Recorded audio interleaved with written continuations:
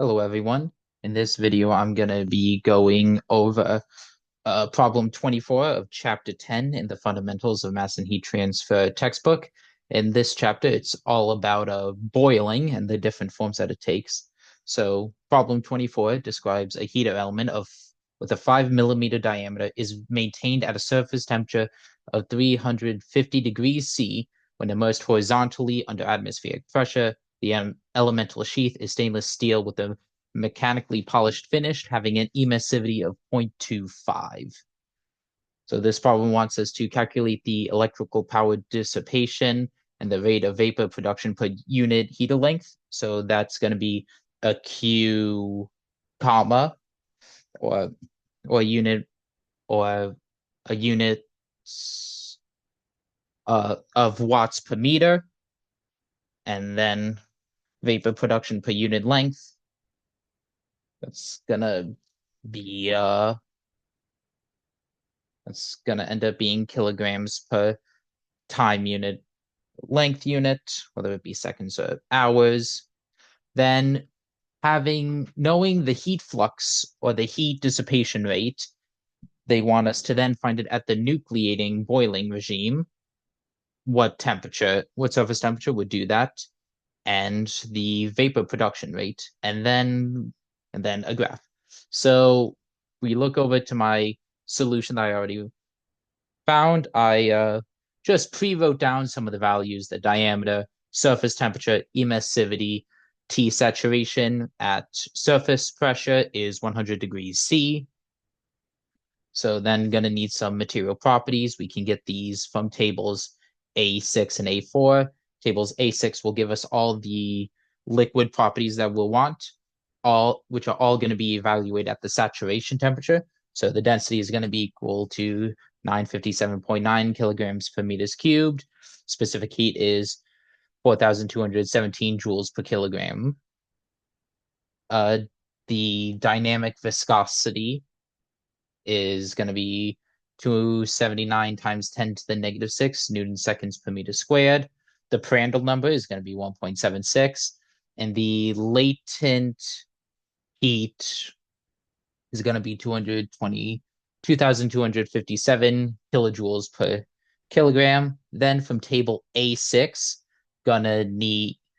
we're going to need the values of the water vapor, which are all going to be determined at the average temperature, which is going to be the surface temperature plus the saturation temperature over 2, 350 plus 100 over 2. It's gonna come out to about approximately 500 Kelvin. Yeah, 500 Kelvin, or about uh or about 230 Celsius. About 225 is probably accurate.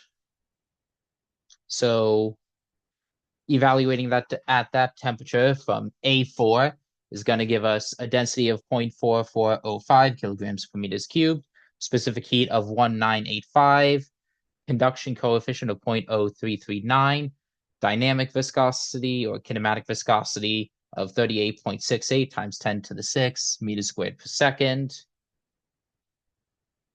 Now, because part 2 says that we want to reinterpret this at the nucleating boiling regime, it's worth checking to make sure that this is in fact not nucleating. So delta TE is equal to TS minus T saturation, which in this case is equal to 250. And when delta TE is greater than 120, we are indeed dealing with film boiling conditions. So knowing that we're looking at film boiling, we're gonna want to find, with film boiling, we're not immediately able to find the heat dissipation rate, but we can find the convection coefficient in the water using equation 10.8 from the textbook, which says that the Nusselt number, which is equal to H convection times the diameter over the convection coefficient, is equal to some constant C times G times the density of the liquid minus the density of the vapor times the latent heat times d to the cube all over the viscosity times conduction times the temperature difference, all that to the 1/4 power. G is, of course, gravity, which is 9.8 meters per second squared. And C, in the case of cylinders, is equal to 0.62. 8, H, comma, Fg is the latent heat correction, which is obtained by taking the latent heat plus 0.8 times the density, not the density, the specific heat of the vapor times the temperature difference, will give us 2654 kilojoules per kilogram. Plug all those values in, and you'll get a convection coefficient of 233.5 watts per meter squared Kelvin. Over here is the equation in order to determine the total convection using the coefficients from convection and radiation. This can be found in chapter 10, equation 10.9. However, if the convection coefficient of radiation is less than that of convection, we're able to instead use equation 10.10. And of course, we can find the radiation using equation 10.11. The epsilon is the emissivity. The sigma sign is the Stephen Boltzmann constant. Plugging all those together, got a value of 7.44 watts per meter squared Kelvin. So we can, in fact, use equation 10.10 to get a total convection coefficient of 239 watts per meter squared Kelvin. From here, we can plug it into now that we have that, we can plug it into any form of heat flow equation. If we want if we want energy per length, we can just say H times pi d times Ts minus T sat, which will give us 938.5 watts per meter. And if we want to find the heat flux, we can just divide that by pi over d, giving us 59.75 kilowatts per meter squared. And then from there, using this equation for heat flow, for energy dissipation, which vapor produced, is if we just want the mass in term over time, we would just take the heat flow in terms of watts and divide that by the latent heat. But since we want this over a distance, we use Q comma heat flow per unit length. That gives us 0.00416 kilograms per second per meter, which is about 1.49 kilograms per hour per meter of vapor produced. Now, if we look at the second part, using the same power dissipation, so whether it be Q comma or the heat flux at the nucleating boiling regime, what is the temperature that the surface would achieve? Now, from here, we can use this equation, which is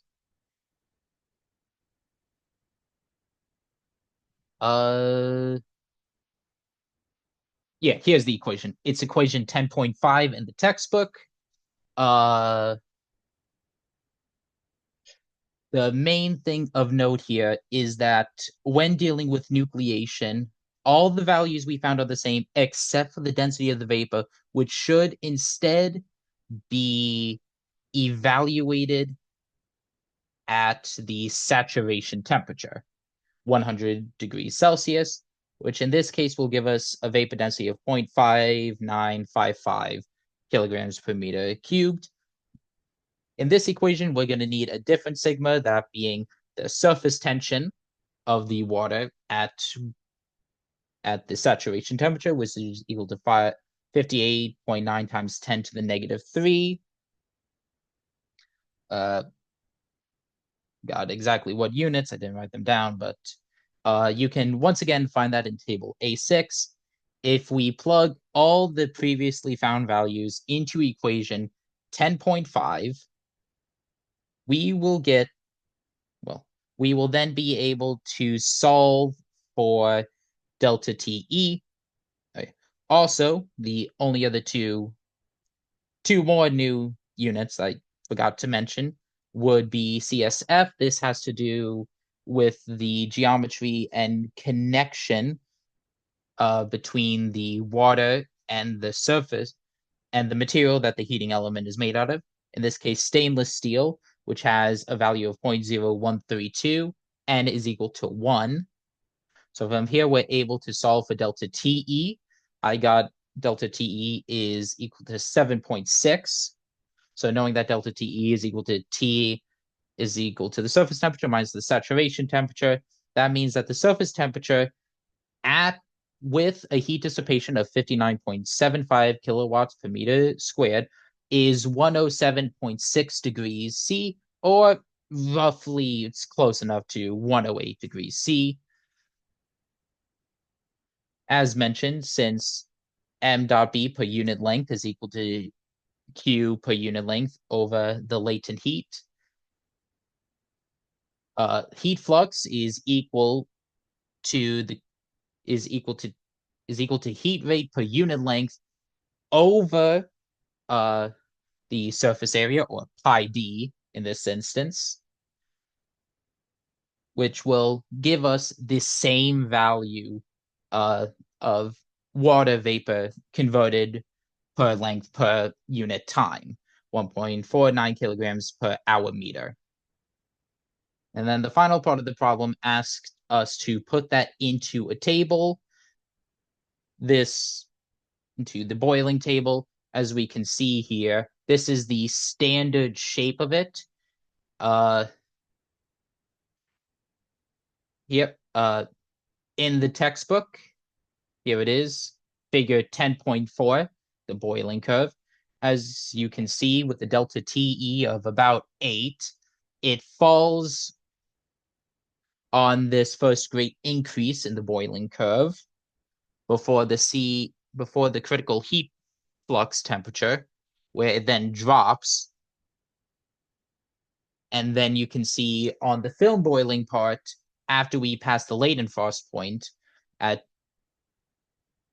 250, it is now on the rise before it eventually hits a boiling crisis or a burnout somewhere.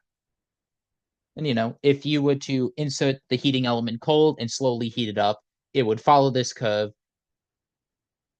The amount of energy inputted would increase with temperature until this drop-off point, in which case you'll see rapid temperature increase before the energy starts to increase again, in which case you'll really see a dramatic increase in temperature per the amount of energy inputted into the system.